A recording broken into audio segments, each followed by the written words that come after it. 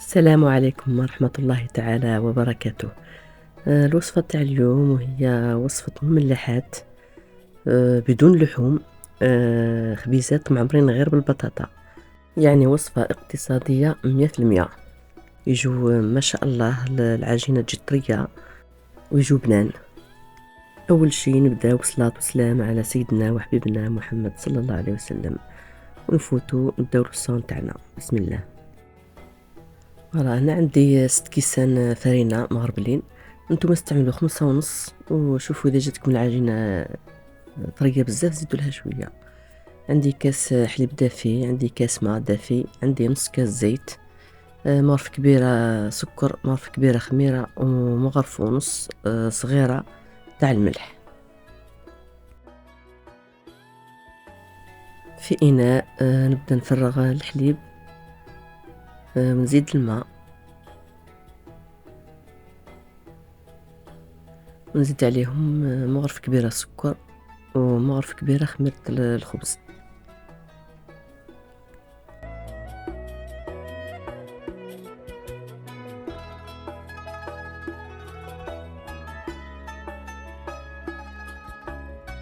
نخلطهم مليح ونخليهم يرتاحوا ببقي دقيقة، ونكملوا الوصفة نتاعنا.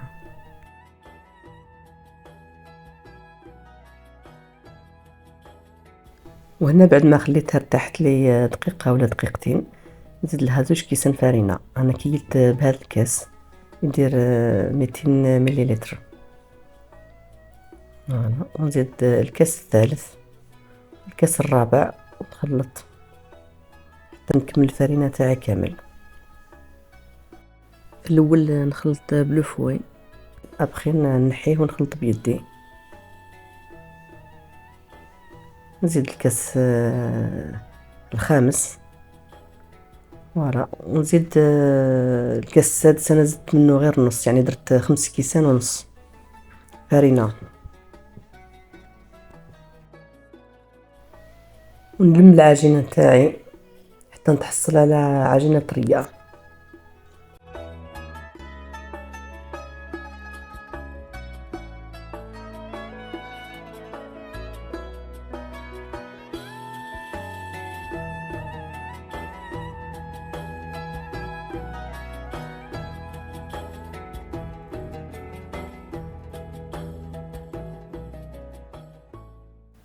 وهنا ندهنها بشوية زيت، ونغطيها بالفيلم المونتير، ونخليها ترتاح مدة 20 دقيقة حتى يتضاعف الحجم نتاعها، ونرجع لها فيما بعد ان شاء الله.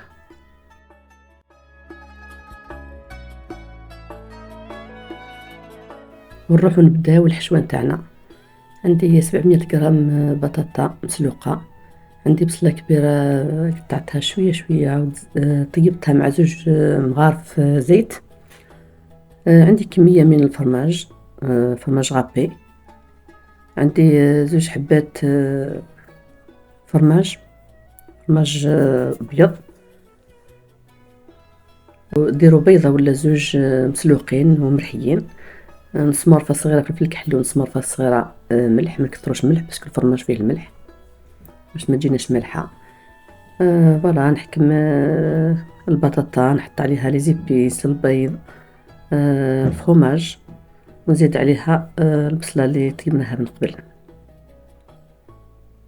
والحشوة اختيارية البنات، اللي يحب يزيد الطون، اللي يحب يدير اللحم مرحي ولا دجاج، كل واحد يزيد الحاجة اللي يحبها.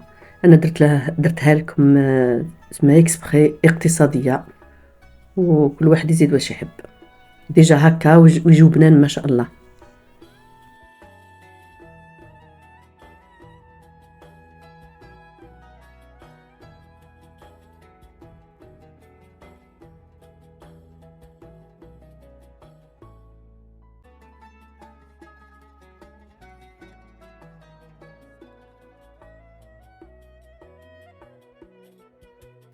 وهنا بعد ما خمرت لي العجينة تاعي، فوق البلون دو طرافاي ندير شوية زيت ولا ديروا فرينة كيما تحبوا.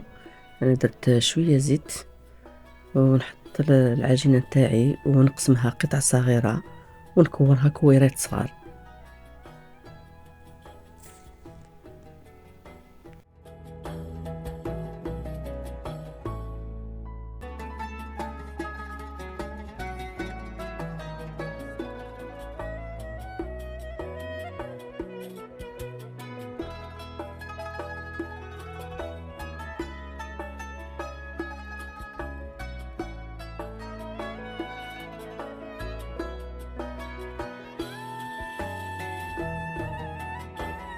وهنا بعد ما قسمت العجينة نتاعي وزنتها وكورتها، كل كرة درت فيها 45 غرام.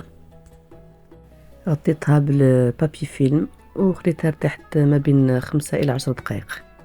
واللي ما عندوش الميزان يدير عينو ميزانو. والبطاطا ثاني كورتها حتى هي كويرات وزنتها 35 غرام. العجينة تكون أكثر شوية من لافارس. ولا راك نكمل الكويرات نتاعي كامل ونرجع لكم بإذن الله.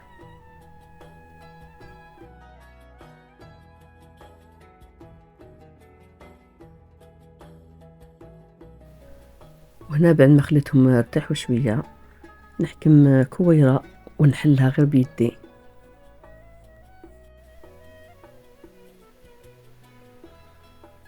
فوالا ونحطها في بول صغير، درت له شويه زيت باش ما تلصقليش. نحط عليها اون بول دو فارس هكا. درت انا في دون ان بتي بول باش العجينه تاعنا تجينا سهله باش نلموها. ونكورها مليح ونحطها في البلاطو اللي ديجا فرشت عليه ورق المطبخ.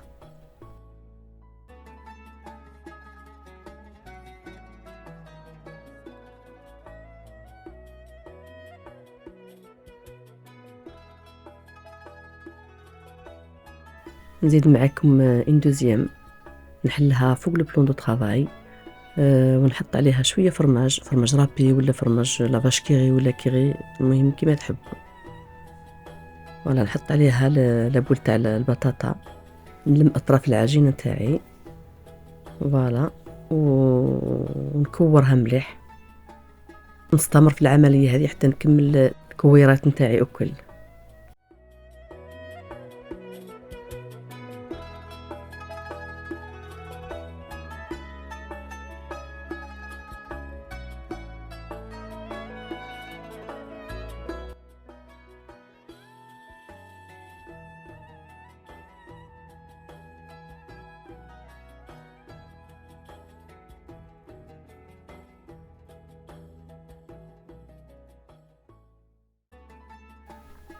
وهنا بعد ما عمرت البلاطو بالكويرات نضغط عليهم شويه بيدي ونخليهم يرتاحوا 10 دقائق. وللتزيين عندي دي طوماط سوريز، كل وحده قطعتها على زوج. عندي ورق تاع المعدنوس، وعندي فرماج شيدار، وعندي واحد صفار بيض. تما الغوصه تاعي كامل درت زوج صفار بيض. ولا نبدا ندهنهم كامل بالصفار البيض ونزينهم. والفرماج اللي درته من الفوق يبقى اختياري، اللي يحب يديرو واللي ما يحبش ما يديروش، نورمال.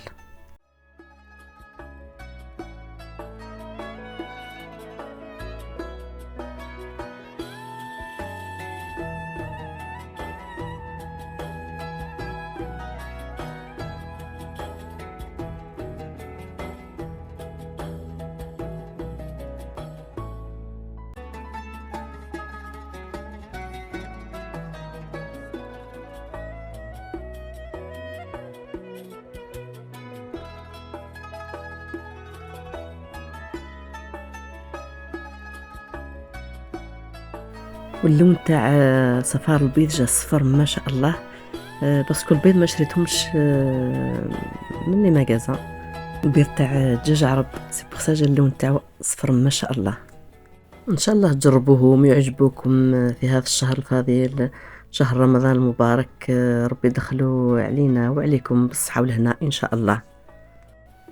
فوالا بعد ما كملت التزيين تاعهم جاو ما شاء الله، ندخلهم للفرن على درجة الحرارة 200، نخليهم حتى يتحمروا من تحت ومن الفوق. هنا البنات انا ما حمرتهمش بزاف باسكو حبيت نديرهم في الكونجيلاتور باش نهار كي نخرجهم نرجعهم في الفور ويتحمروا لي شويه ويجوا سوا.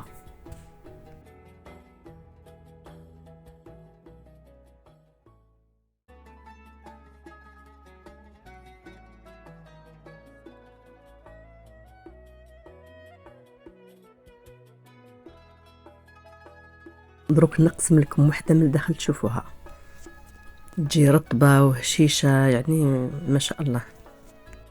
وقبل ما يكمل الفيديو نتاع اليوم، حبيت نشكر كل المشاركين والمشاركات في قناتي، واللي مازال ما شاركش نتمنى منكم انكم تشاركوا. ديروا لايك وضغطوا على الجرس ليصلكم كل جديد فضلا وليس امرا. تعطونا شوية كوراج باش نزيدوا معاكم فيديوهات اخرى ان شاء الله. ولا وصلنا لنهاية الفيديو، ما عليا غير نقول لكم بسلامة الى الفيديو القادم ان شاء الله. سلامة.